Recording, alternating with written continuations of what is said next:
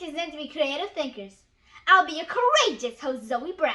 During this Bedtime Book Adventures, we'll take an adventure with Afia in Afia the Brave Swimmer, Seaside Adventures in Ghana, written by Boateng, illustrated by Gabrielle Chiva.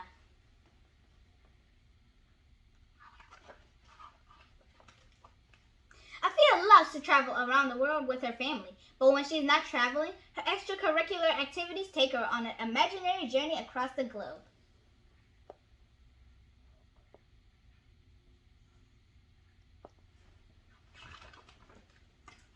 In her ballet class, Afia imagines she is dancing in a Paris ballet studio as she practices the plie and arabesque positions.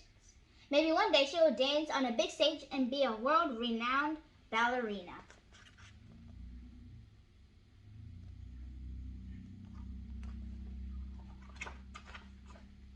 In her karate class, Afia imagines being in Japan when she puts on her gi and practices breaking a board with the help of her instructor.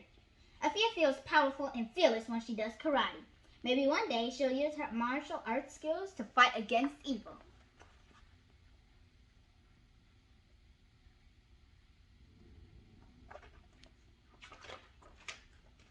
Ballet and karate are fun, but swim class is Afia's all-time favorite. In her pink flamingos bathing suit with matching swimming cap and goggles, Afia imagines being at the beach. Afia feels invincible when she walks up to the edge of the diver board to jump into the deep end of the pool. The diver board is so high, Afia feels like she is standing on the top of a waterfall. Being in the water helps her imagine that she can be anywhere in the world, even in Ghana.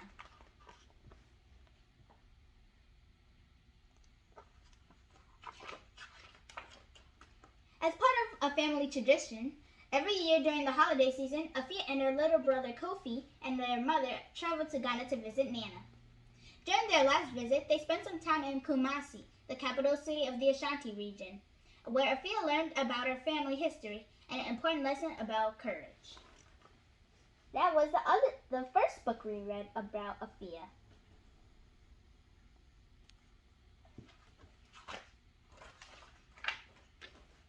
So which region are we going to explore this time? Afia asked Nana one day as they were talking on the phone.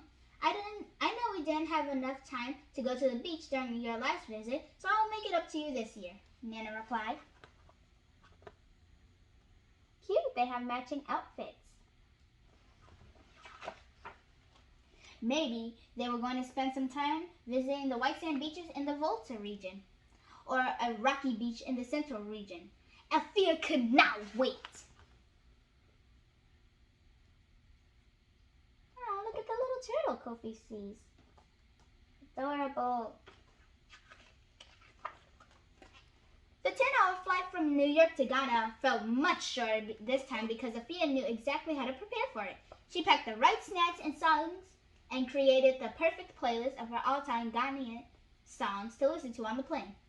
She also practiced her Nitui phrases that she learned during her last visit. Wu Din Di San. What is your name? Medinda. My name is. Wu Freehan.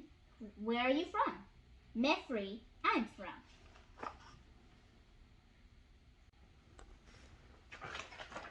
When they arrived in Accra, the capital city of Ghana, Nana was waiting for them at the airport. During the car ride to Nana's house, Afia and Kofi noticed many high-rise buildings in the city. Some were colorfully painted. Others were covered in shiny glass windows from top to bottom. The sight of tall cranes and excavators at construction sites hinted that there were many more coming up. I had no idea there were so many tall buildings in Accra, Kofi explained. Yes, there are lots of skyscrapers popping up all over the city, the driver replied. And many of these buildings are owned by Ghanaians, just like me, who are living abroad but we have returned home to develop the motherland, Nana added.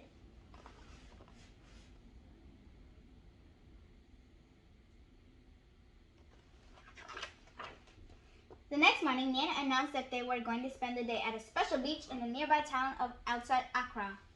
What makes this beach so special? Afia wanted to know. You'll find out when we get there, Nana said with a big smile on her face. I love it when we're going on vacations.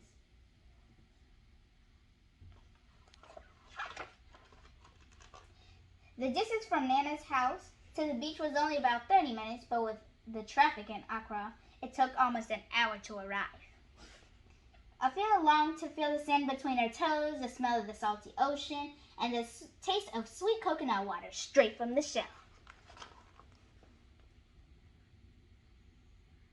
Have you ever drank coconut water?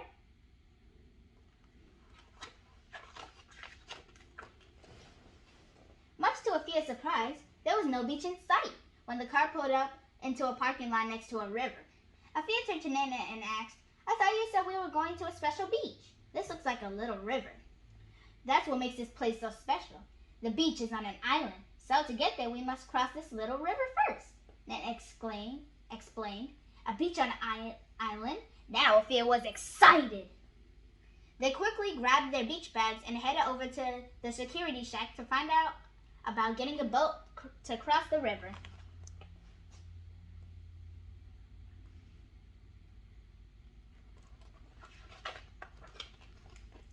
A boat driver offered each of them a life jacket as they sat down in a small boat for the short ride to the island.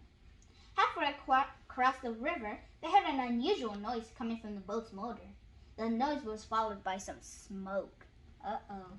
A few seconds later, the motor completely stopped running. Does that mean they're stranded? I hope not. After several minutes of trying to restart the motor, it looks like they were stranded. "Here, use my cell phone to call for help," Mommy said to the boat driver, but there was no cell phone reception in the middle of the river. The security shack was still within sight, but they were far enough away that no one could hear their shouts for help. Afia knew she had to be strong because if she started to panic, Kofi would panic too. "Maybe I could swim across the river to get some help," she thought to herself. Have you ever swam in a river?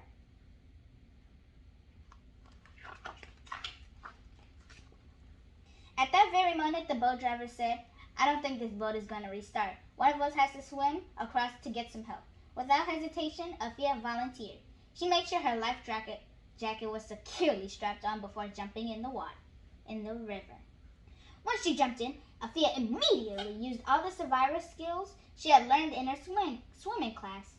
She knew her family was counting on her to get some help and rescue them. She moved her arms swiftly and kicked her legs with all her might as she made her way across the river, putting aside any thoughts of doubt or fear.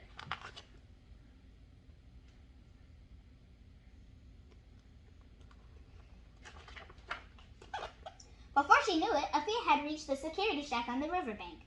She let them know what happened with their boat, and another boat was immediately sent to rescue Afia's family. She looks really brave in this picture.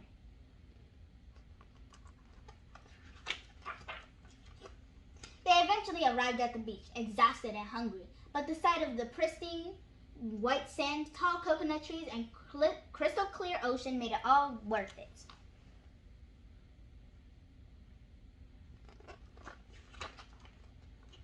They spent the rest of the day eating, playing in the ocean, building sandcastles, and of course taking lots of pictures to capture the beauty of it all. As you can see in this picture. Cute little turtle. And a beautiful sunset.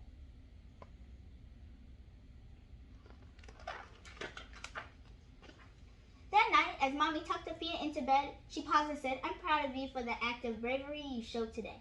You put the needs of everyone before yours when you volunteered to swim across the river to get help."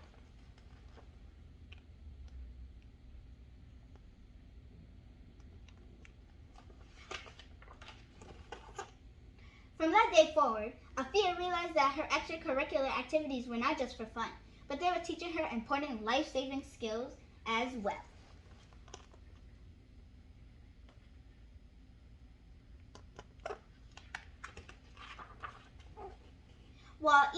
With each passing day, she was becoming more courageous, fearless, and a true warrior princess.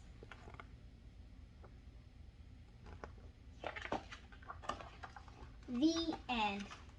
That was a great book to teach us to always be brave even in tough situations.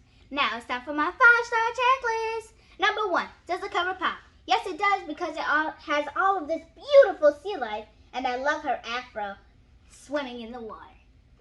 Number 2, does it include vibrant pictures? Yes, it does, because as you can see in this picture, it has a beautiful beach, palm trees, and lots of sea creatures. Number 3, did I learn something new? Yes, I did. What I learned was to always be brave. Number 4, can I relate to this book? Yes, I can, because I had to jump off a diving board and I was scared, but I overcame that fear and it was really fun. Number 5, is it fun to read? Yes, it is, because they get to go on a fun vacation and it has beautiful pictures. This book received 5 out of 5 stars. I'll see you next Wednesday at 8 p.m. Central on KidBits with Zoey and Bedtime Book Adventures. Good night.